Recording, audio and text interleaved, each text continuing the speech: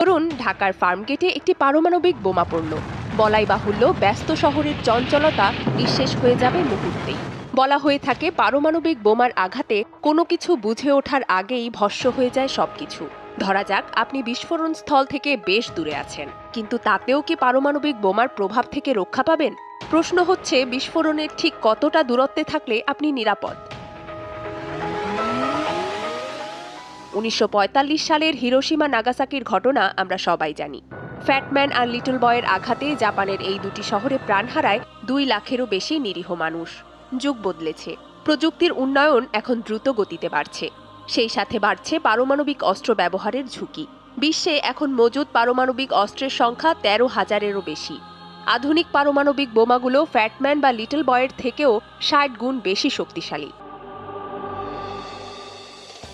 ধরা যাক উত্তেজনাকর কোনো পরিস্থিতিতে কোথাও 1 মেগাটনের পারমাণবিক বোমা বিস্ফোরিত হলো। তৎক্ষণাৎ 1 সেকেন্ডের আগেই তৈরি হবে বিশাল আগুনের বলয়, যার ব্যাসার্ধ হবে প্রায় 2 থেকে 3 কিলোমিটার।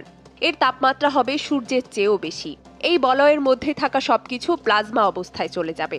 কয়েক ন্যানোসেকেন্ডের মধ্যেই সবকিছু ছাইয়ে পরিণত হবে। একটা উত্তপ্ত কড়াইয়ের মধ্যে 1 ফোঁটা পানি ফেললে যেমন সিজলের মতো শব্দ হয়, আর তার পরপরই পানি উবে যায়, ঠিক তেমন। অর্থাৎ ফার্মগেট থেকে Tejgaon, Shahbag, Bangla Motor, New Market, Khamarbari পর্যন্ত ভস্ম হয়ে যেতে সময় লাগবে 1 সেকেন্ডেরও কম। এ তো গেল প্রথম ধাপ। পরবর্তী ধাপে ছড়িয়ে পড়ে তেজস্ক্রিয়তার বিশাল ঢেউ, যার ব্যাসার্ধ থাকবে 13 থেকে 15 কিলোমিটার। এই স্থানে তাপমাত্রা এত বেশি থাকবে যে রাস্তায় চলতে থাকা মানুষ হঠাৎ দেখবে সে জ্বলছে। মোহাম্মদপুর, মিরপুর, খিলগাঁও, রামপুরা, মহাখালী, উত্তরা পর্যন্ত ছড়িয়ে পড়বে আগুন। অর্থাৎ এই সীমার মধ্যে অবস্থানরত মানুষের বেঁচে থাকার সম্ভাবনা নেই বললেই চলে। এরপর আসে তৃতীয় ধাপ। ভয়ঙ্কর ঝাঁকুনিতে কেঁপে উঠবে ঢাকা ও তার পার্শ্ববর্তী অঞ্চল। আগুনের বলয়টি এত বেশি চাপ তৈরি করবে যে শব্দের বেগের থেকেও দ্রুত গতির বাতাসে উড়ে যাবে শহর। 20 কিলোমিটার পর্যন্ত ধসে পড়বে সব ভবন। ধরুন বিস্ফোরণের জায়গা থেকে 20 কিলোমিটার দূরে কেউ জানালার পাশে দাঁড়িয়েছিল, হয়তো কিছু ঘটছে ভেবে ক্যামেরাটা বের করেছে মাত্র। ছবি তোলার বাটনে ক্লিক করার আগেই সব ধ্বংস হয়ে যাবে। দূরত্বের সাথে ঝাঁকুনি বা বিস্ফোরণের প্রভাব কমে আসলেও এই এলাকার মধ্যে থাকা তেল ও গ্যাসের পাম্পগুলো যেন আগুনে ঘি ঢালার মতো অবস্থা তৈরি করবে। এ সময় তৈরি হবে মাশরুমের মতো মেঘ।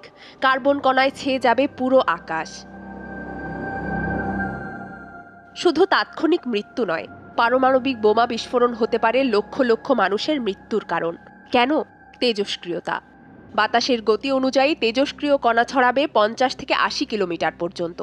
নরসিংদী, গাজীপুর, মুন্সিগঞ্জ, মানিকগঞ্জ, এমনকি ভারতের সীমান্তের কাছাকাছি অঞ্চল পর্যন্ত ফলআউট ছড়াতে পারে। এই এলাকায় কেউ বেঁচে থাকলেও তেজস্ক্রিয়তার প্রভাবজনিত নানা সমস্যা থেকে রক্ষা পাওয়ার কোনো উপায় থাকবে না।